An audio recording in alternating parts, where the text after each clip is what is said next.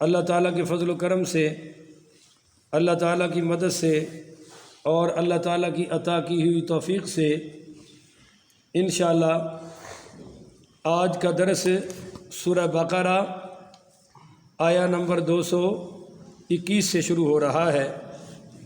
آپ دعا کریں کہ رب کریم مجھے شرح صدر کے ساتھ حق سچ بیان کرنے کی توفیق عطا فرمائے اور اس کے بعد ہم سب کو عمل پیرا ہونے کی توفیق عطا فرمائے۔ سورہ بقرہ کے یہ چوٹی کے مضامین چل رہے ہیں جن کا سیکھنا ہر مسلمان مرد و عورت پر فرض ہے۔ تو وَيَسْأَلُونَكَ یہ سوال کرتے ہیں آپ سے عن المحیض حیض کے بارے میں۔ عورتوں کو 3 قسم کا خون آتا ہے۔ جو ماہانہ آتا ہے اس کو حیض کہتے ہیں، اور اگر اس سے بڑھ جائے خون تو اس کو پھر نفاس کہتے ہیں، استحاضہ کہتے ہیں۔ کیا کہتے ہیں جی؟ استحاضہ۔ اس کی میں تفصیل ابھی بیان کروں گا۔ اور جب عورت کو بچے کی ولادت پر جو خون آتا ہے اس کو نفاس کہتے ہیں۔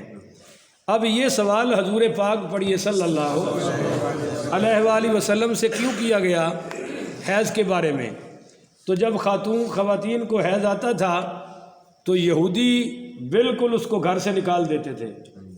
اس کے ہاتھ کی پکی چیز کھاتے نہیں تھے، پیتے نہیں تھے، حتیٰ کہ یہودیوں کا فتویٰ یہ تھا کہ جس نے حیض والی عورت کو ہاتھ لگا دیا وہ 24 گھنٹے ناپاک رہے گا، اور اس نے اگر پاک کی حاصل کرنے کے لیے کسی پانی وغیرہ کو، صابن کو استعمال کیا تو وہ پانی بھی ناپاک ہو جائے گا۔ اب یہ یہودیوں کا طریقہ تھا۔ اور عیسائی کیا کرتے تھے کہ وہ حالت حیض میں عورتوں سے ہم بستری کرنے سے باز نہیں آتے تھے۔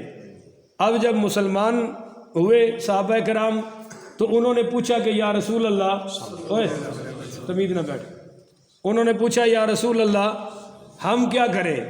استحاضہ عورتوں کے بارے میں کیا حکم ہے، حیض والی عورتوں کے بارے میں؟ تو نبی پاک پڑھیے صلی اللہ علیہ وسلم سے جب یہ سوال کیا گیا تو تب یہ آیت نازل ہوئی۔ شان نزول سمجھ آ گیا آپ کو کہ یہودیوں میں ایک معاملہ تھا، عیسائیوں میں ایک معاملہ تھا، اب ہم مسلمان کیا کریں اس حالت میں؟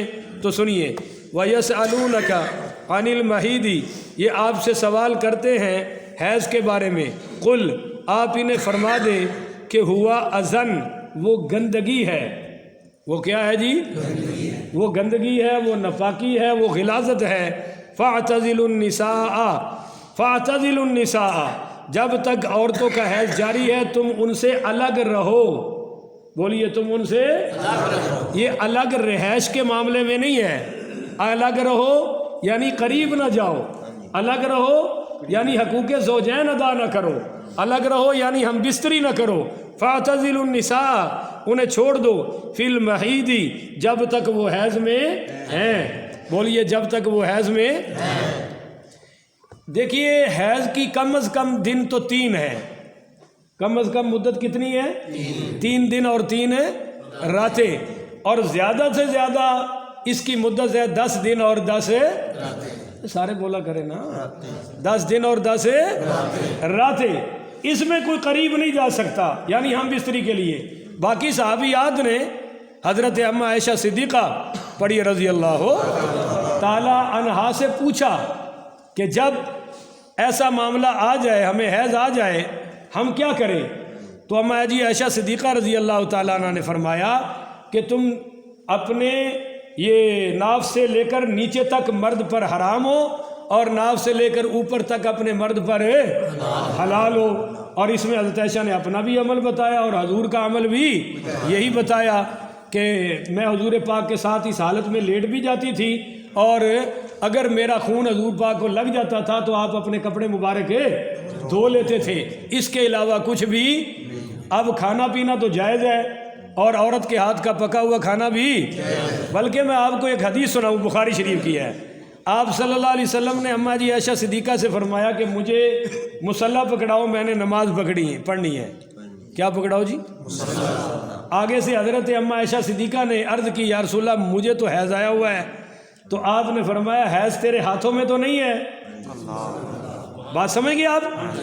مسئلہ سمجھ آ گیا آپ کہ حیض جہاں ہے، پر ہاتھوں میں کوئی حیض نہیں ہے۔ اماں جی عائشہ صدیقہ فرماتی ہیں کہ جن ایام میں میں نے مسجد نبوی میں داخل نہیں ہونا ہوتا تھا، اگرچہ وہ رمضان کا مہینہ ہوتا تھا اور حضور پاک اعتکاف مسجد میں بیٹھتے تھے، تو میرے گھر میں اور مسجد کی دیوار میں ایک کھڑکی تھی، وہ کھول کے آپ اپنا سر مبارک اندر کر کے فرماتے تھے عائشہ ذرا میرے بالوں کو صابن سے دھو کر تیل لگا دو اور کنگھی بھی کر دو، اور کنگھی بھی کدے کرائی جے خان بیوی کو کنگھی بولو نا،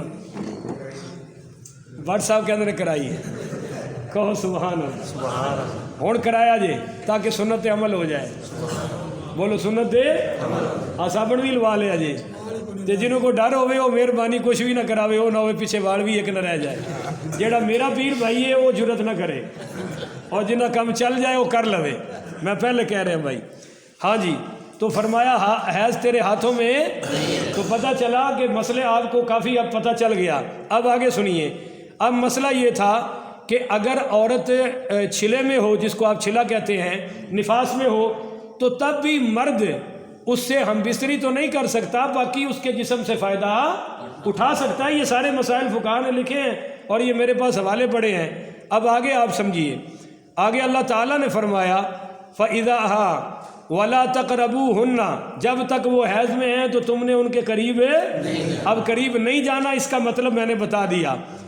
فَأْتُوهُنَّ، فرمایا حَتَّى يَطَهُرْنَ، حَتَّى يَطْهُرْنَ، ہاں جب تک کہ وہ پاگے، بولیے بولیے، جب تک کہ وہ پاگے، فَإِذَا تَطَهَّرْنَ، جب وہ اچھی طرح پاک ہو جائے، فَأْتُوهُنَّ، تو پھر تم ان کے قریب جا سکتے ہو۔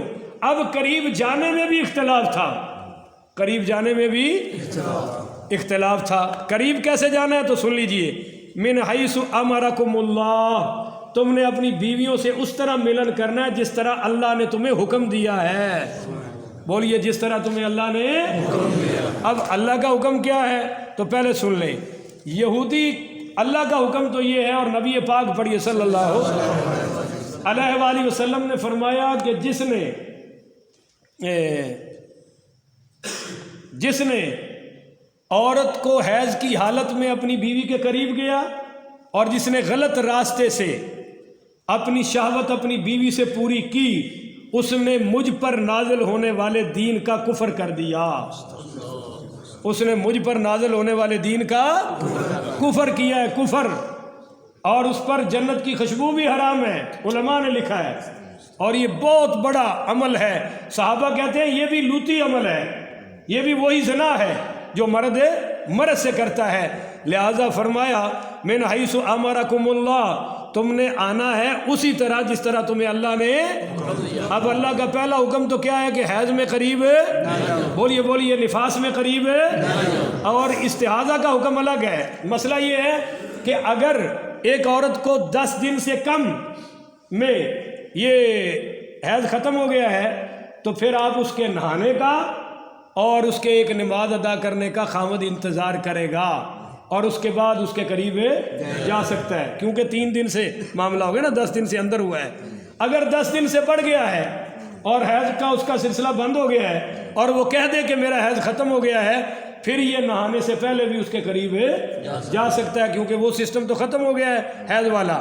اب اگر کسی کا حیض سے خاتون کا بڑھ جائے تو پھر امام مالک کہتے ہیں، شافعی کہتے ہیں کہ 15 دن، کتنے جی؟ ہمارے امام صاحب نے فرمایا 10 دن، بولیے کتنے دن؟ 10 دن، اور ان اماموں نے کیا فرمایا؟ 15 دن کے بعد بھی اگر خون نہیں بند ہوا تو یہ عورت غسل کر کے نماز بھی پڑھے گی اور روزے بھی، سارے بولو بھائی، نماز بھی پڑھے گی اور روزے بھی رکھے گی، اس پر پوری شریعت لاگو ہے، کیونکہ پھر وہ حیض نہیں ہے، وہ کوئی بیماری ہے۔ اور ایک صحابیہ کو سال تک یہ خون جاری رہا اور انہوں نے مسئلہ پوچھا تو آپ نے فرمایا نماز بھی پڑھتی رہو اور روزے بھی رکھتی رہو۔ تو یہ مسئلہ آپ کے سامنے